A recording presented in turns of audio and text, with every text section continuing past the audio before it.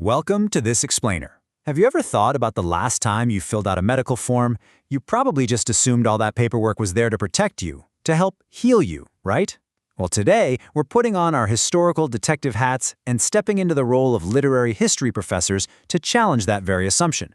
We're unpacking a truly chilling piece of speculative fiction, a novel called Ward 6B, Project Cleanse by Mfo Polopo-Kolopane. But we aren't just here to analyze a scary story. We're going to decode how this terrifying narrative acts as a masterful allegory for the real, historical traumas of apartheid South Africa. As you'll see, fiction can sometimes reveal the hidden emotional truths of societal trauma way better than any dry history textbook ever could. Okay, let's quickly map out our syllabus for today. First up, fiction as historical trauma. Second, hospitals as systemic power. Third, the bureaucracy of erasure. Fourth, archiving the disappeared. And finally, the refusal to forget. Let's dive right in. Section 1. Fiction as historical trauma. Uncovering truths the state tried to bury. We have to start by looking at how fiction is uniquely equipped to remember exactly what the state tries to make us forget. When historical anxieties are just too vast or when the official records have been deliberately destroyed, allegorical storytelling steps up to fill the silence. To really ground our analysis today, we need to first define a key concept: institutional violence. Basically, this happens when systemic policies within institutions actually oppress, dehumanize, or harm specific groups, all under the guise of official, normal procedure. And that is the exact mechanism the antagonist in Ward 6B used to sanitize their atrocities. The state in this novel isn't just relying on soldiers in the streets. They're literally using clipboards, lab codes, and medical jargon. They're taking the very systems meant to care for society and weaponizing them for discrimination.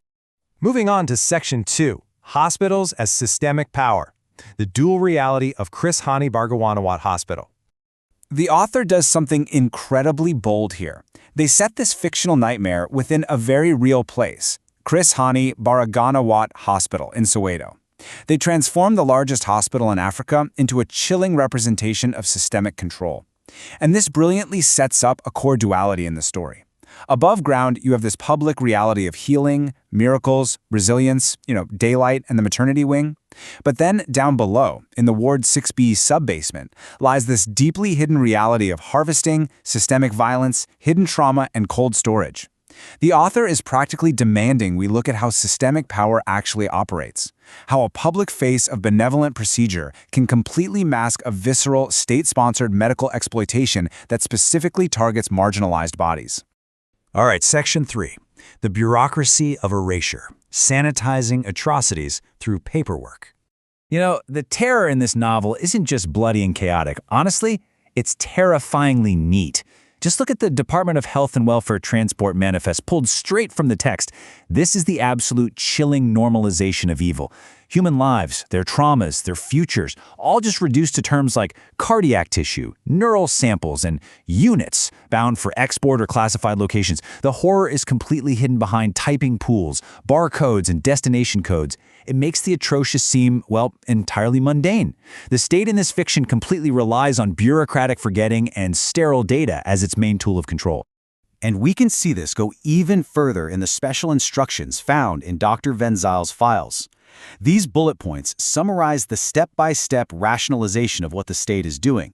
They target specific demographics, they mask forced fatalities by logging them as natural causes on patient records, they literally attach barcodes to human tissue, prioritize export to a shadowy European firm, and mandate continuous refrigeration.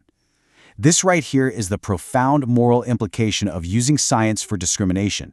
When science is completely stripped of its humanity, it becomes the ultimate tool for a state to effectively erase an entire population, and they do it without even leaving a traditional bloody footprint. Which brings us to Section 4. Archiving the disappeared. The emotional weight of the evidence. Because ultimately, all that sterile paperwork leads to physical archives. For the protagonist, Thondo, who is a nurse at the hospital, sterile data points suddenly turn into rooms filled with the physical remnants of missing people, and that carries an unbearable emotional weight. Nothing captures this profound tragedy quite like the moment she discovers the cold storage warehouse. Amidst all these jars of missing people that have been reduced to mere inventory, she finds a healthy human uterus suspended in fluid. The label on the jar isn't some complex medical form, it's simply a red stamp that reads, "Infertile. Discard." It is a devastating critique of how a discriminatory state views the reproductive future of the people it oppresses, just as medical waste to be thrown away. And the crazy thing is, this trauma isn't isolated. It compounds over decades.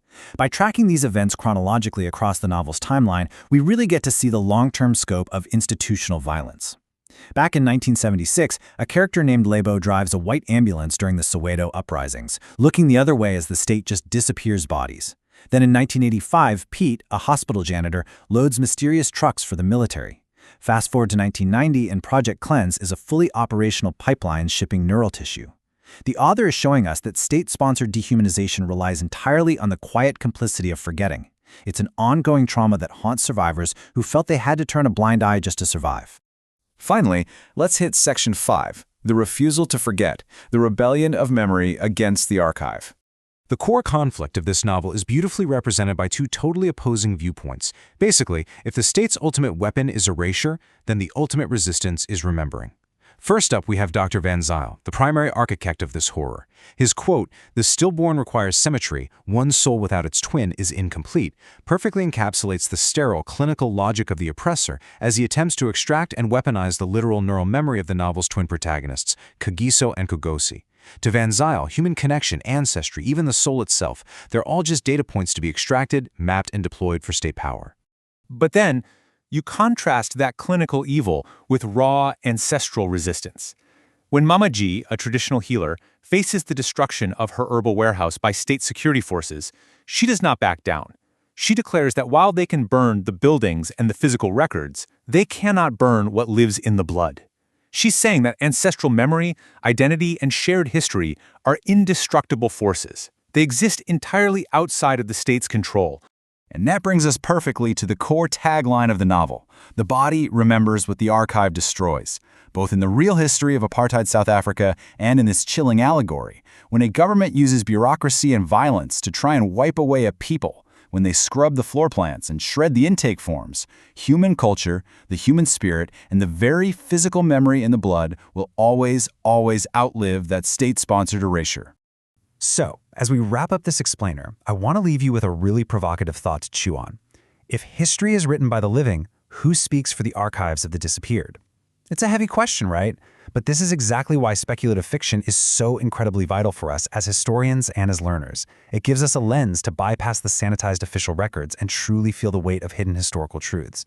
It asks us to look closely at the systems of power around us, and it reminds us that no matter how much paperwork is filed to hide a crime, the truth is always waiting to be remembered. Thank you so much for joining me on this deep dive into the architecture of erasure.